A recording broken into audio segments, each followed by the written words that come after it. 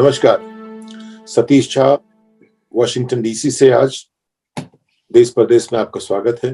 पिछले हफ्ते की सबसे महत्वपूर्ण खबर है कि इजराइल ने फिर से फलस्तीन पर हमले किए हैं।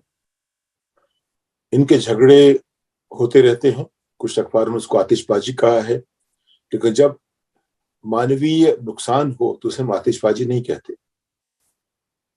इसमें 100 से ज्यादा लोगों की जानें गई हैं। कुछ इजराइल के लोग हैं, लेकिन ज्यादातर वो फलस्तीन के हैं। ये जो है मुद्दा 1967 चल रहा है, 67 से, और इसके पीछे एक यूरोप और हिटलर के बाद की जो एक जमीन बना तैयार की गई थी, जिसमें ज्यूज के लिए एक जगह बने। इंग्लैंड ने अपनी अलग भूमिका अदा की, उनको बांटना आता था दुनिया को, उन्होंने बांटा, और इस तरह से बांटा कि वहां पे हमेशा कुछ ना कुछ तनाव बना रहे। ये कुछ खासियत थी, कुछ ऐतिहासिक खासियत रही है अंग्रेजों की। जब भी कुछ करते हैं वहां बांटना भी होना चाहिए और तनाव भी रहना चाहिए, जैसे उनको इससे मजा आता हो। खैर वो अलग बात है। 1967 से इजराइल और फलस्तीन के बीच में एक ऐसा तनाव बना रहा है जिससे हम नहीं मानते थे कि एक समाज, एक समुदाय जो हिटलर के होलोकॉस्ट से गुजर चुका है, वो किसी दूसरे समुदाय पर अत्याचार करेगा, किसी भी तरह का। हम मानते थे, या हम लोग ऐसा जो कोई सोचने वाला शायद व्यक्ति मानेगा कि जो लोग यातनाएं सह चुके हैं वो किसी को शायद यातना देना चाहते होंगे, या उसका दूसरा पहलू ये भी है कि जो यातना सह चुके हैं वो किसी को यातना देने में उनको खुशी नजर आएगी, जो भी या खुशी होगी। लेकिन जो भी है, 1967 से इनके बीच में जो एक हमेशा युद्ध का वातावरण बना रहता है, उसकी वजह एक ये है कि दोनों राज्य किस तरह से साथ साथ को एग्जिस्ट करें, उनका अस्तित्व कैसे साथ साथ चले। तो कई दशकों से एक 2 स्टेट थ्योरी चल रही है कि 2 राज्य होने चाहिए, फलस्तीन और इजराइल। ये दोनों अलग अलग होने चाहिए, स्वायत्त होने चाहिए। लेकिन जमीनी स्थिति यह है कि इजराइल के पास आबादी 10-12 लाख की होगी, एक सवा 1 करोड़ की होगी, 10-12 मिलियन की। लेकिन उसके पास जो एक वैचारिक और तकनीकी क्षमता बहुत ज्यादा है। एक आपको उदाहरण दूं, दुनिया में 120 साल में करीब 1001 नोबेल प्राइज जीतने वाले हुए हैं, उनमें से 1/3 से ज्यादा यहूदी हैं। कुछ तो बात होगी कि कुल 12-15 लाख लोगों में से करीब दुनिया में मान लीजिए इतने 30% नोबेल प्राइज जीतने वाले एक ऐसे समुदाय से आते हैं जिसका विश्व की आबादी में 1% हिस्सा नहीं है, 1 से भी कम है। तो कुछ तो बात होगी, वो बात उनकी संस्कृति की है। वो हर चीजों की जड़ में जाना चाहते हैं, कोशिश करते हैं। जैसे मुझे एक नोबेल लॉरिएट जो बताया एक बार कि अगर आप समझें कि किस तरह यहूदी लोग जीते हैं, पैदा होते हैं, what is it to be a child, a son in a Jewish family, तो आप समझेंगे। हमारे यहाँ ये होता है तो सर चलता है, पैर चलता है। तो हम लोग हमेशा जूझते रहते हैं कि कैसे एक्सेल करें, कैसे चीजों को उनकी सीमा आगे बढ़ाएं। उसके अलावा कोई चारा नहीं। ये हमारा जो है, हमारा डीएनए ऐसा बना हुआ है। तो एक तरफ तो ऐसी एक आबादी है, लेकिन उसका एक राज्य जो है, राज्य हमेशा बात करता है अपने अस्तित्व की। और वो उन्होंने जितने भी लोग हैं, जिस समाज में उनको जगह दी गई, वो एक मुस्लिम समाज था, और उसमें जो वहां के लोग थे उनको बेदखल किया गया, उनको ठीक जगह नहीं दी गई। जो फलस्तीन जो है, वो इसके इजराइल के तीनों तरफ, एक तरफ समुद्र है, उसके तीनों तरफ फैला हुआ है। वहां पे जो गाजा स्ट्रिप है, वहां सेटलमेंट की बात हुई, उसमें ये कोशिश करते रहते हैं यहूदी की अपने सेटलमेंट होते रहे। आज की तारीख में 5 लाख लोग रहते हैं। सारा झगड़ा वहां शुरू होता है। और दूसरा उसमें है कि चूंकि आर्थिक इंजन इजराइल है, तो फलस्तीन के लोगों को काम करने के लिए इजराइल जाना पड़ता है। वहां जाने के लिए उनको जिस तरह की सिक्योरिटीज गुजरना पड़ता है, वो प्रधानमंत्री निवास या उनके दफ्तर में जो हमारे यहाँ सिक्योरिटी होती है उससे कहीं ज्यादा है।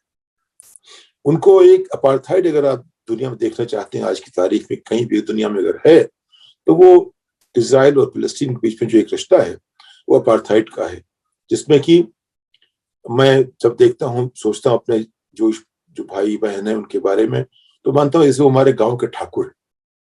जब मैं फिलिस्तीन के बारे में सोचता हूँ मुझे लगता है ये हमारे के बंधुआ मजदूर है। तो ठाकुर और बंधुआ मजदूर का जो रिश्ता है वो है इजराइल और फिलिस्तीन का। लेकिन इजराइल इन सब के बावजूद चूंकि यूरोप में जो एक सोशल अवेयरनेस है, सोशल कॉन्शियसनेस मेरे हिसाब से वो कहीं आगे है अमेरिका की सोशल कॉन्शियसनेस से। अमेरिका एक अपने आप में महादेश है। यूरोप में उससे तमाम तरह की चीजें देखी हैं, लड़ाइयां देखी हैं आपस में, वो लोगों ने समाज को बदलते हुए देखा है। वो जमीन थी जहां से तमाम दर्शन की शुरुआत हुई, जिसमें हमने राजतंत्र की बात देखी, लोकतंत्र की बात देखी, लिबर्टी की बात देखी। ये सारे जो कॉन्सेप्ट थे यूरोप से निकले थे और अमेरिकन को अडॉप्ट किया। तो दोनों में बहुत फर्क है। एक तो है जो कि सदियों से सोचता आ रहा है इस विषय के बारे में, और एक जो है बहुत नया लोकतंत्र है, कहने को पुराना है, क्योंकि जिस तरह सरकार बनाई अमेरिका ने वो अपने आप में एक नई तरह की सरकार थी। तो अपने कहते हैं कि हम सबसे पुराना लोकतंत्र है, उस हिसाब से यूरोप नया लोकतंत्र है, क्योंकि वहां राजाओं का उनकी हुकूमत चलती थी अभी कुछ समय पहले तक। तो अभी भी वहाँ कई राजा हैं, कई राज्यों में हैं, चाहे वो स्पेन में हो, चाहे इंग्लैंड में हो, चाहे नॉर्वे में हो, चाहे हॉलैंड में हो, जो उनका एक जो नॉमिनल अध्यक्ष है, जो कि एक मान लीजिए एक चिन्ह है राज्य का, वो हमेशा कोई राजा रानी होता है अभी भी। बाकी पार्लियामेंट चलती है, डेमोक्रेसी बहुत मजबूत है, लेकिन कहीं पे एक राजा रानी का जो महत्व उन्होंने पूरी तरह से खत्म नहीं किया, उनको एक सिंबल मान के चलते। खैर, लेकिन जो सोचने की जो परंपरा थी वहां पे, चाहे वो ग्रीस से आई हो, चाहे रोमन वर्ल्ड से आई हो, चाहे फ्रांस से आई हो, चाहे जर्मनी से या इंग्लैंड से, विज्ञान और दर्शन की जो एक परंपरा है उसको लेते हुए वहां के लोग ज्यादा समाज की तरफ सोचते हैं, समाज से जुड़ते हैं। उनका मानना है कि इजराइल गलत कर रहा है, लेकिन अमेरिका कहता है इजराइल कुछ भी करे वो गलत नहीं हो सकता। तो आपसे जो अभी हाल की बात है, अमेरिका के राष्ट्रपति बाइडेन साहब हैं, बड़े सुशील हैं। उन्होंने अभी बीबी को बोला, बीबी नेतन्याहू जो हैं वो वहां के राष्ट्र प्रधानमंत्री हैं इजराइल के, Bibi I love you just that I can't seem to agree to anything you say. यानी कि उससे पूरी तरह आप उसको नहीं मानते उसकी बात को, फिर भी उसको कहना पड़ता है आई लव यू। तो ये अमेरिका की मजबूरी है। अमेरिका का कोई राष्ट्रपति इतना शक्तिशाली नहीं है कि वो इजराइल को कोई आदेश दे सके कि तुम ये करो। उल्टे इजराइल हमेशा अमेरिका को इस तरह तोड़ मरोड़ लेता है कि चाहे राष्ट्रपति कोई हो, चाहे रिपब्लिकन हो, चाहे डेमोक्रेट हो, संसद में, कांग्रेस में किसी का बहुमत हो, फर्क नहीं पड़ता, वो अपनी बात अपनी तरह बनवा लेते हैं। इजराइल को अमेरिका हर साल 3 से 5 बिलियन डॉलर के हथियार देता है और फलस्तीन के ऊपर अंकुश लगा रखा है कि हथियार खरीद ही नहीं सकते। मुझे वो याद आती है, एक जावेद अख्तर साहब है की एक नज़म है, उनमें कहते हैं ये खेल क्या है जिसमें प्यादा जो घर से निकले तो पलट के ना आने पाए, सिर्फ वजीर को ही है इजाजत कि जहां चाहे वहां चला जाए। तो इस खेल में इजराइल वजीर है और पैलेस्टीन प्यादा है। इस खेल में अमेरिका इजराइल है और पैलेस्टीन अनाथ है। इस खेल में यूनाइटेड नेशंस के तमाम 200 जो मुल्क उसके सदस्य हैं वो बात पैलेस्टीन के भले कर लें, लेकिन एकाएक लगता है कि उनको बतिया कर दिया गया है। सिक्योरिटी काउंसिल ने 42 के आसपास शायद उन्होंने रेजोल्यूशन पास किए, अमेरिका ने सबको वीटो किया। एक यहूदी है नॉर्म फिंकलस्टीन। नॉर्म फिंकलस्टीन वो कहते हैं कि 2 राज्यों का जो एक सिद्धांत है उसी के तहत कोई शांति की स्थापना हो सकती है, उसके अलावा कोई चारा नहीं है। उन्होंने इस बारे में बहुत कोशिश की है कहने की, इस हद तक कि उनको टेन्योर नहीं दिया गया उनकी यूनिवर्सिटी में। उनको व्यक्तिगत खामियाजा भुगतना पड़ा इसलिए कि उन्होंने यहूदियों के खिलाफ यहूदी होते हुए बात की। जो भी यहूदी यहूदियों के खिलाफ और फलस्तीन के पक्ष में बात करता है, उसका भी वही हश्र होता है जो गैर यहूदी का होता है। तो आप ये सोचिए, इजराइल के पक्ष में क्या है कि उनके 50-60 लाख लोगों ने जो हत्याएं सही, जिनको जो मर गए, उनके सामने 100,000 क्या होते हैं। तो हमेशा इतिहास का पलड़ा इजराइल और फलस्तीन के संबंध में भारी हो जाता है। वो इतिहास का पलड़ा कुछ इस तरह से इजराइल के लोगों ने पब्लिक रिलेशंस को देखिए या उसको उनकी क्षमता की बात करिए, या चाहे वो लिटरेचर से हो या साइंस से हो या दर्शन से हो या राजनीति से हो, डिप्लोमेसी से हो, उन्होंने एक जगह बना ली ऐसी कि हम लोगों ने इतना बर्दाश्त किया है, हमें और बर्दाश्त मत करने दो, जो हमारे सामने आएगा उसके सामने हम कुछ भी करें उसे नजरअंदाज कर दो। इस बात को अमेरिका मानता है। अमेरिका में जब जो बाइडेन वाइस प्रेसिडेंट के तौर पे जब इजराइल गए थे, तो इजराइल ने क्या किया, उनका स्वागत करते हुए उससे 5,000 लोगों को बोला तुम जाके वहां सेटलमेंट कर लो। वो ये इसलिए आए थे कि सेटलमेंट खत्म किया जाए। उनको जवाब दिया गया उनके स्वागत में कि सेटलमेंट में 5,000 लोग और बढ़ा दिए गए।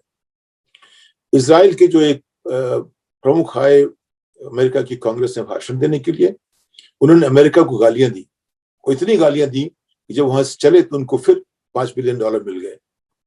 तो यानी कि इजराइल अमेरिका को चपत मारता रहता है, वो इसको छेड़ता रहता है, और अमेरिका की हिम्मत नहीं है कि इजराइल से कह दे। सबसे अच्छा जो उसकी मिसाल है वो ये है कि बाइडेन ने अभी कहा, क्या कहा बाइडेन ने? वो कहते हैं कि भाई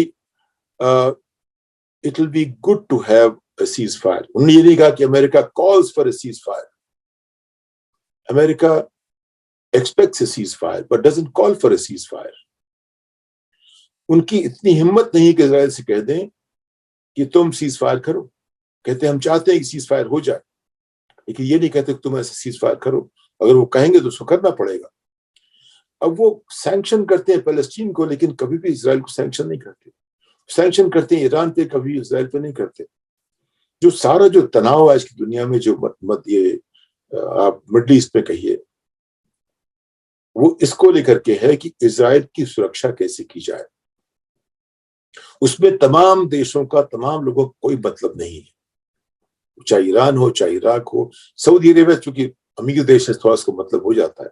बाकी का, लेबनान का, जॉर्डन का, किसी कोई मतलब नहीं है। मतलब सिर्फ इजराइल का है। उसकी सुरक्षा कैसे हो, उसके लिए जो भी संभव होगा। ये मान लीजिए कि इजराइल के पास ताकत जो अमेरिका की है वो है, जबकि उसकी हैसियत अमेरिका के 1% से कम है। वो बहुत समृद्ध देश नहीं है, उसकी प्रति व्यक्ति आय बहुत ज्यादा नहीं है, लेकिन वहां के लोग अलग तरह के, वहां के लोग सोचते हैं, वहां का राज्य अलग तरह का है। राज्य जो है वो सिर्फ अस्तित्व की चिंता करता है, वो किसी को भी नेस्तनाबूद करने के लिए तैयार है। अगर फलस्तीन एक रॉकेट छोड़ता है, छोटा, उसका रॉकेट जो है इजराइल तक पहुंचता भी नहीं है। वो इजराइल के 100 रॉकेट जहां से वो रॉकेट चला था वहां पहुंच जाते हैं। वहां तमाम जो घर हैं, लोग हैं, सबको उनका नाश कर देते हैं। तो जो फलस्तीन के जो रॉकेट चलते हैं, लेबनान के रॉकेट चलते हैं, वो इजराइल सीमा तक पहुंच नहीं पाते। उनके तो खिलौने हैं, उनकी आतिशबाजी होती है। तो फलस्तीन आतिशबाजी करता है, लेकिन उसका जवाब इजराइल देता है 1000 गुना ताकत से। तो ये जो उनका जो खेल देख रहे हैं, ये 1967 से चल रहा है। इस खेल में इजराइल वजीर है, इजराइल ठाकुर है, इजराइल भगवान है, और बाकी लोग फलस्तीन के लोग बंधुआ मजदूर हैं या वो प्यादे हैं शतरंज के। उससे ज्यादा कोई महत्व नहीं है। अभी बाइडेन साहब ने फिर सोचा है कि ये सीज फायर होना चाहिए। 2014 में बहुत बुरी हालत हुई थी। लोग कहते हैं कि ट्रंप के आने से कुछ बात बनी थी, लेकिन ट्रंप के लिए डिप्लोमेसी का मतलब ये होता था कि हमारा कितना फायदा है, हमारे बच्चों ने कितना बिजनेस कर लिया, किसने हमारे बच्चों के साथ कितना काम किया, वो हमारी फॉरेन पॉलिसी होगी। ये ट्रंप का मानना था। बाइडेन मान रहे हैं अमेरिका की फॉरेन पॉलिसी वो यही है कि इजराइल को सपोर्ट करेंगे। ट्रंप ने जेरूसलम को राजधानी बनाने की कोशिश की, उसको उन्होंने, अमेरिका ने एक्सेप्ट किया। जेरूसलम डिस्प्यूटेड इलाका है एक तरह से देखिए। तो अभी जो स्थिति यह है कि जब तक अमेरिका इजराइल का साथ देगा, तब तक इसका कोई हल नहीं है, और अमेरिका इसका हल करने के लिए तैयार नहीं है। पैलेस्टीनियंस की जो है उनकी कम्युनिटी, उनकी जो कॉन्स्टिट्यूएंसी है ऐसी नहीं है। यूरोप अभी बटा हुआ है कि यूरोप नाटो के अंदर, नाटो का सारा पैसा अमेरिका देता है, उसकी इतनी हैसियत नहीं है कि अमेरिका से ज्यादा जोर से बात कर सके। कुछ बटे हुए हैं, आधे लोग समर्थन करते हैं, कुछ बिना मन मार के करते हैं, कुछ जानबूझ के करते हैं, कुछ सिक्योरिटी के नाम पे करते हैं। लेकिन इसमें भारत ने हमेशा एक अच्छी भूमिका निभाई है सपोर्ट करने की फलस्तीन के लोगों की। तो अभी भी जो वो चाहे नरेंद्र मोदी ने किया हो या हमारे जेएनयू के जो सहपाठी थे जयशंकर ने किया हो, जो आजकल विदेश मंत्री हैं, किया जिसने भी हो, लेकिन भारत ने कम से कम एक बार और शांति का संदेश दिया है। एक कहा है कि सीजफायर होना चाहिए और किसी भी तरह से इस लड़ाई को रोकना चाहिए और ऐसे मैकेनिज्म बनाने चाहिए ऐसी लड़ाई ना हो। लेकिन जब तक इजराइल को अमेरिका का पूरा समर्थन है, जब तक इजराइल सेटलमेंट करता रहेगा, जब तक इजराइल हर फलस्तीन को ये महसूस कराता रहेगा कि तुम दूसरे दर्जे के इंसान हो, तब तक लड़ाई चलती रहेगी। कहीं से आतिशबाजी होगी और कहीं से बम फूटेंगे। इस बात के साथ शनिवार तक आपसे मिलने का इजाजत देता हूं। धन्यवाद।